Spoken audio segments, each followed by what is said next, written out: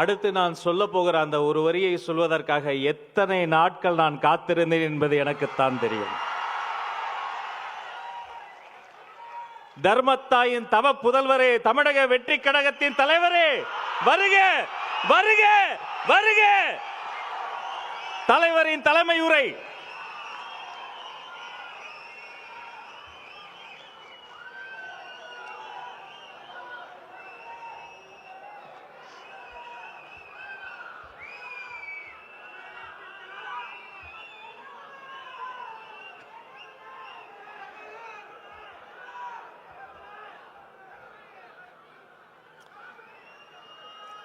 என் நெஞ்சில் குடியிருக்கும்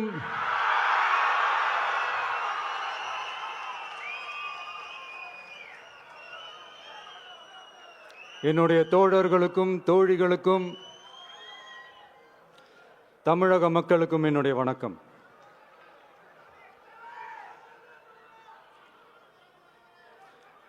நம்ம குடும்ப உறவுகளை இழந்ததுனால சொல்ல முடியாத வேதனையிலும் வலியிலும் இவ்வளோ நாளாக இருந்தோம். அப்படிப்பட்ட அந்த சூழல்ல நம்ம சொந்தங்களின் மனம் பற்றி இருக்க வேண்டியது நம்மளுடைய கடமை. அதனால தான் அவங்களோட சேர்ந்து அமைதி காத்து வந்தோம். ஆனால் இப்படி அமைதி காத்து வந்த நேரத்தில் நம்மளை பற்றி வன்ம அரசியல் வலைகள், அர்த்தமற்ற அவதூறுகள்னு இந்த மாதிரி நிறையா விஷயங்கள் நம்மளை பற்றி பின்னப்பட்டன, பரப்பப்பட்டன. இது எல்லாமே சட்டம் மற்றும் சத்தியத்தின் துணை கொண்டு துடைத்து எறிய தான் போகிறோம்.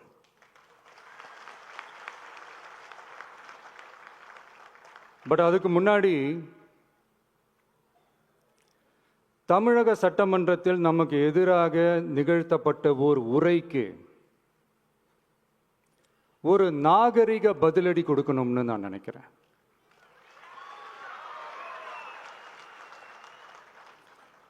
அரசியல் செய்ய விருப்பமில்லை, அரசியல் செய்ய விருப்பமில்லைன்னு அடிக்கடி சொல்ற முதல்வர் நம்மளை குறிப்பிட்டு பல்வேறு அவதூறுகளை பதிவு செய்வதன் வாயிலாக பெருந்தன்மையை பேரளவில் மட்டுமே பேசும் முதல்வர் 15/10/2025 அன்னைக்கு தமிழக சட்டமன்றத்தில் நமக்கு எதிராக பேசிய பேச்சில் எவ்வளவு வன்மத்தை கக்கியுள்ளார் என்பதையும், எப்படிப்பட்ட ஒரு அரசியல் செய்ய முயல்கிறார் என்பதையும் தமிழக மக்கள் உணராமலா இருப்பாங்க.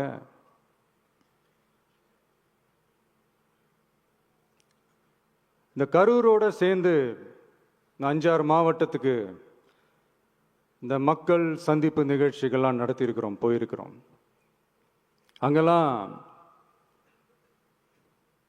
இந்த லாஸ்ட் மினிட் வரைக்கும் எங்களுக்கு அந்த இடம் கொடுப்பாங்களா மாட்டாங்களா, பெர்மிஷன் தருவாங்களா மாட்டாங்களா, இப்படியே இழுத்து அடிச்சுக்கிட்டு இருப்பாங்க. தான் நாகப்பட்டினத்தில் சொன்னது மாதிரி தான். நாங்கள் ஒரு இடம் செலக்ட் பண்ணி கேட்போம், மக்கள் நல்லா ஸ்பேஷியஸாக நின்று பார்க்குற மாதிரி. பட் அவங்க அதையெல்லாம் ரிஜெக்ட் பண்ணிவிட்டு மக்கள் நெருக்கடியோடு நின்று பார்க்குற மாதிரி ஒரு இடத்த செலக்ட் பண்ணி எங்களுக்கு கொடுப்பாங்க. இது டிஃபால்ட்டாக எல்லா இடத்துலையும் இந்த ஒரு ஆர்கியூமெண்ட் நடந்துட்டுருக்குன்னு வைங்க. அது மட்டும் இல்லை, இந்தியாவிலேயே எந்த ஒரு அரசியல் கட்சி தலைவருக்கும் கொடுக்கப்படாத கண்டிஷன்ஸ். பஸ்ஸுக்குள்ளேயே இருந்து பார்க்கணும், மேலே கை காட்டக்கூடாது, இப்படிலாம் ஒரு அதீத கட்டுப்பாடுகளை கொடுத்த உடனே எங்கள் சைட்லேருந்து ஒரு அறிக்கையும் வெளியிட்டோம். அது மட்டும் இல்லை, தமிழக வெற்றி கழகம் சார்பாக அனைத்து கட்சிகளுக்கும் சமமாக ஒரு முறையான ஒரு பொது வழிகாட்டு முறைகள், SOPஸ்ன்னு சொல்லுவாங்க, அதையும் வழங்கணும்னு சொல்லி உயர் நீதிமன்றத்தையும் நாடி இருக்கணும். இதுவும் தமிழக மக்கள் உணராமலா இருப்பாங்க. இப்படி ஒரு அரசியல் காழ்ப்புடன், நேர்மை திறனற்று நம்மளை பற்றி குற்றம் சாட்டியுள்ள குறுகிய மனம் கொண்ட முதல்வர் அவர்களுக்கு ஒரு சில கேள்விகள். உச்சநீதிமன்றத்தில், அதாவது 13/10/2025 அன்னைக்கு உச்சநீதிமன்றத்தில் நடந்த அந்த விவாதங்களை வைத்தும் அந்தந்த உத்தரவுகளை வைத்தும் இந்த கேள்விகள். இப்படி பொய் மூட்டைகளா நம்மளை பற்றி இந்த அவதூறுகளை அவிழ்த்து விட்ட முதல்வர் அவர்களுக்கும் திமுக அரசுக்கும் சார்பாக கோடிகளை கொட்டி அமர்த்தப்பட்ட அறிவார்ந்த வழக்கறிஞர்கள் அவங்க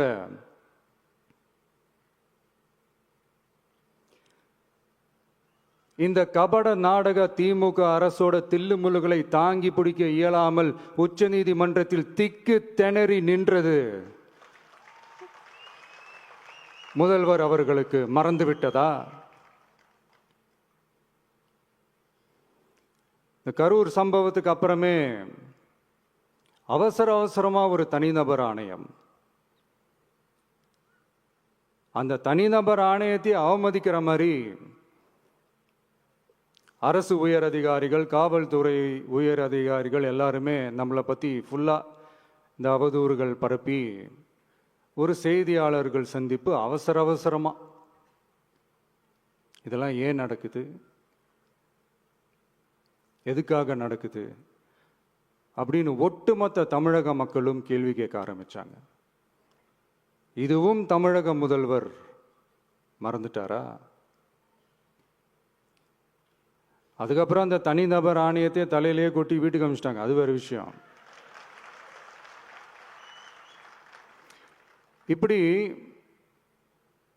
இப்படிலாம் கேள்வி கேட்ட உடனே ஏதாவது பதில் சொல்லி ஆகணும்ல. அதனால சட்டமன்றத்தில் பேசும்போது உண்மை நிலையை தெளிவுபடுத்தத்தான்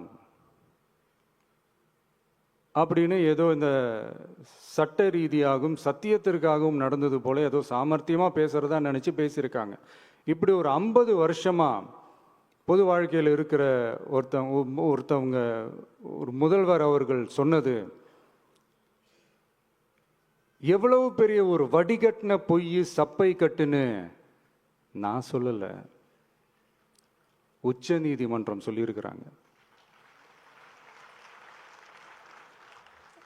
அவங்க சொன்னதெல்லாம் கொஞ்சம் என்னன்னு கொஞ்சம் லைட்டா பார்ப்போமா?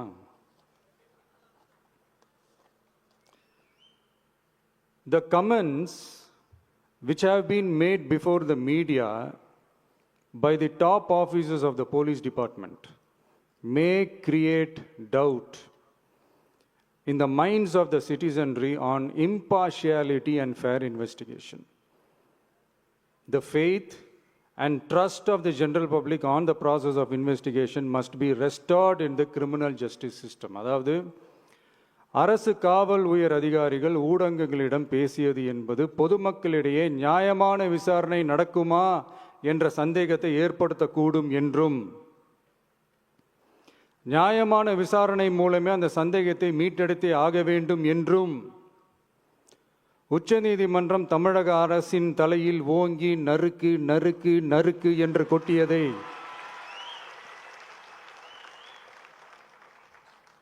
முதல்வர் அவர்கள் மறந்துட்டாரா?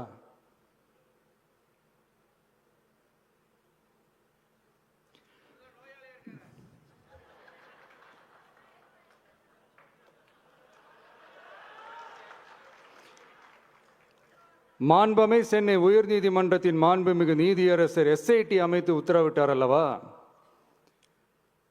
அந்த உத்தரவை ஏதோ சட்டத்தின் மீதும் நீதி பரிபாலனத்தின் மீதும் மரியாதை கொண்டவர்கள் போல ஒரு நாடகத்தனமான கொண்டாட்டத்தை திமுகவும் திமுகவிற்கு ஒத்து ஊதுவோரும் நடத்தி கூத்தாடி குதூளித்தனர் அல்லவா? தாவேகாவிற்கு எதிராகவும் நமக்கு எதிராகவும் உயர்நீதிமன்ற மாண்புமிகு நீதியரசர் தீர்ப்பளித்து விட்டதாக விதந்தோதி விழா எடுத்தனர் அல்லவா? அந்த உத்தரவை குறித்து சொல்லும்போது எந்த ஆவணத்தின் அடிப்படையில் அந்த உத்தரவு அமைக்கப்பட்டது? நான் கேட்கல, உச்ச நீதிமன்றம் கேட்டிருக்கிறாங்க. The judgment is completely silent about how learned single judge arrived at such a conclusion and what material was pursued by the court என்று உச்ச நீதிமன்றம் உரத்த குரலில் கேள்வி கேட்டது. அப்போதும் கூட உச்சநீதிமன்றத்தில் திமுக அரசுக்காக வாதாடிய அறிவார்ந்த மூத்த வழக்கறிஞர்கள் பதில் சொல்ல இயலாமல் வாய் மூடி மௌனம் காத்ததை நாடே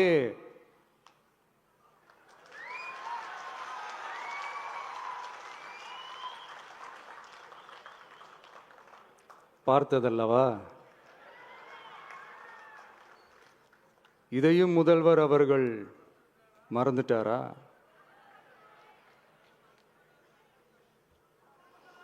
Such petition ought to be dealt with by the division bench, registering as public interest litigation in right earnest and not to be dealt with by a single bench. அதாவது பொது வழிகாட்டு முறைகளான எஸ்ஓபி அமைக்கப்பட்டு வெளியிட வேண்டும் என்ற கோரிக்கையுடன் வந்த ரிட் மனுவை நீதிபதிகள் டிவிஷன் பெஞ்ச் தான் கையாள வேண்டும்,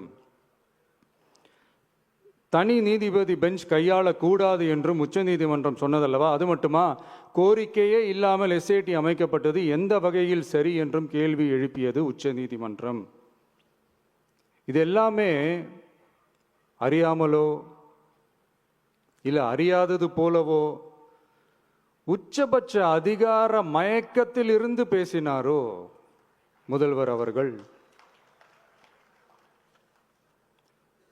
மனிதாபிமானம், அரசியல் அறம், மாண்பு இதெல்லாம் எதுவுமே இல்லாம வெறும் பேச்சில் மட்டுமே பேசிக்கிட்டு அரசியல் ஆதாயம் தேடுற ஆட்டத்தை ஆடத் தொடங்கிவிட்டார் முதல்வர் அவர்கள்.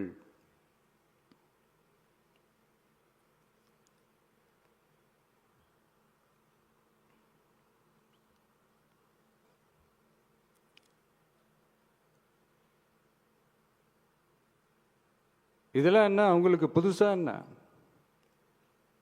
1969க்கு அப்புறமே எப்போ கட்சி அவங்க கைக்கு வந்ததோ,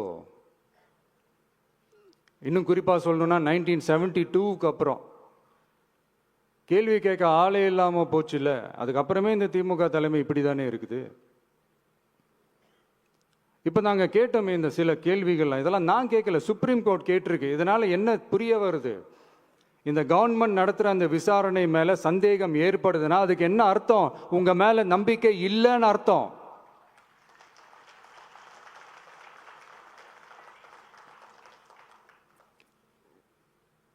இதெல்லாம் ஏன் எதுக்காகன்னு முதல்வர் அவர்களுக்கு புரியுதா?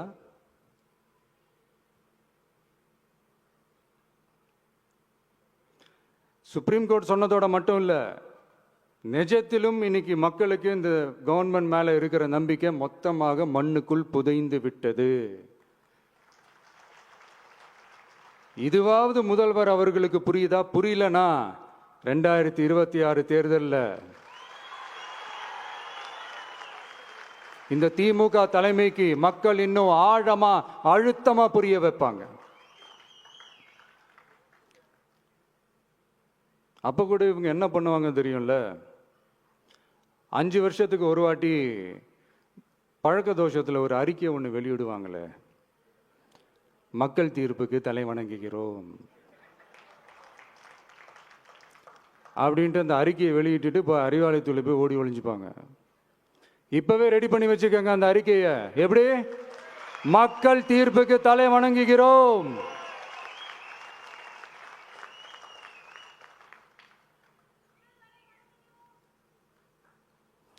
நான் போன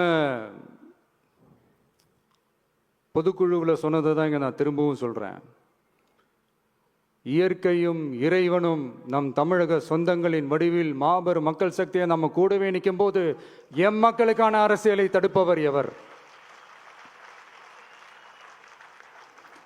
அதனால தோழர்களே, நமக்கு வந்திருக்கிற இந்த இடையூறு வெறும் டெம்பரவரி மட்டும்தான். எல்லாத்தையும் தகர்த்தெறிவோம், மக்களோட கை கோர்த்து நிற்போம், மக்களோட களத்தில் போய் நிற்போம். நம்ம பயணத்தில் தடம் மாறவே மாட்டோம். இப்பவும் சொல்றேன், 2026ல் 2 பேருக்கு நடுவில் தான் போட்டியே. ஒன்று, இன்னொன்னு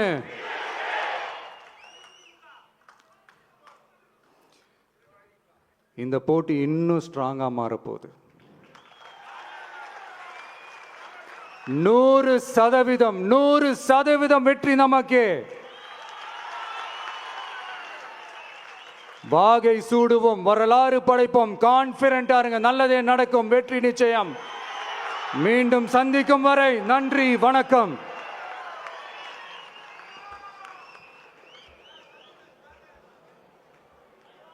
வெற்றி தலைவருக்கு ஒரு அரங்கம் நிறைந்த கரவொலியை பரிசாக தருவோம்.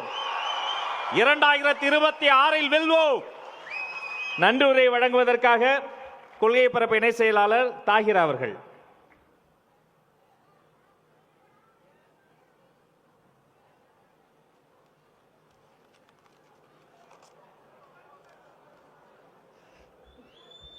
பெரியோர்களே, தாய்மார்களே, மாநில நிர்வாகிகளே, மாவட்ட கழக பொறுப்பாளர்களே, பொதுக்குழு உறுப்பினர்களே மற்றும் தமிழகத்தின் தலையெழுத்தை மாற்றப் போகும் தமிழகத்தின் நம்பிக்கை வெற்றி தலைவர் அவர்களே, நீங்கள் இன்று சொன்ன சொல் ஒவ்வொன்றும் சரித்திரமாக மாறும். மாற்றி காட்டுவோம். உங்கள் கட்டளைகளை நிறைவேற்றுவோம். தலைவரே, இதில் பங்கேற்றும் அனைவருக்கும் என் நெஞ்சார்ந்த நன்றியை தெரிவித்துக் கொள்கிறேன். நன்றி. கழகத்தின் கொடிப்பாடல் அனைவரும் எழுந்து நிற்போம். வெற்றி கழக கொடியே நம்ம சனது விதிமாறு, வெற்றி கழக கொடியே மக்கள் ஆசை நிஜமாறு, வெற்றி கழக கொடியே நம்ம சனது விதிமாறு, வெற்றி கழக கொடியே மக்கள் ஆசை நிஜமாறு.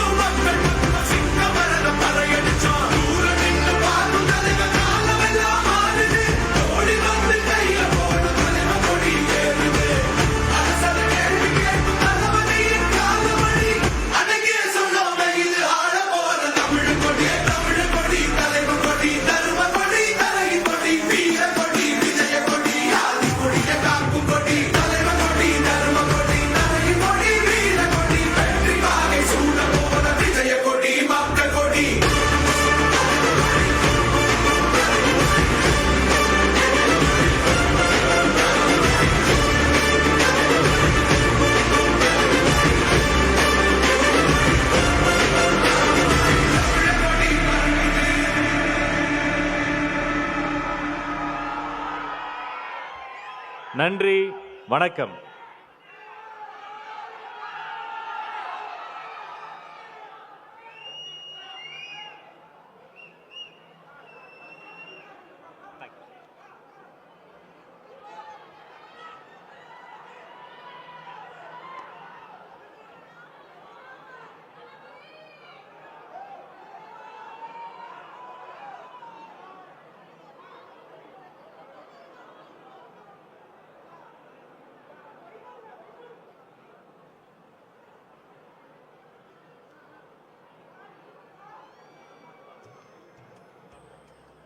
செய்திகளை உடனுக்குடன் தெரிந்து கொள்ள நம்ம வேதா நியூஸ் டைம்ஸ் சேனலை லைக் பண்ணுங்க, ஷேர் பண்ணுங்க, கமெண்ட் பண்ணுங்க, மறக்காம சப்ஸ்கிரைப் பண்ணுங்க. பக்கத்தில் இருக்க பெல் ஐகானையும் கிளிக் பண்ணுங்க. அப்பதான் நாங்க போடுற வீடியோஸ் உங்களுக்கு நோட்டிபிகேஷன்ல வரும்.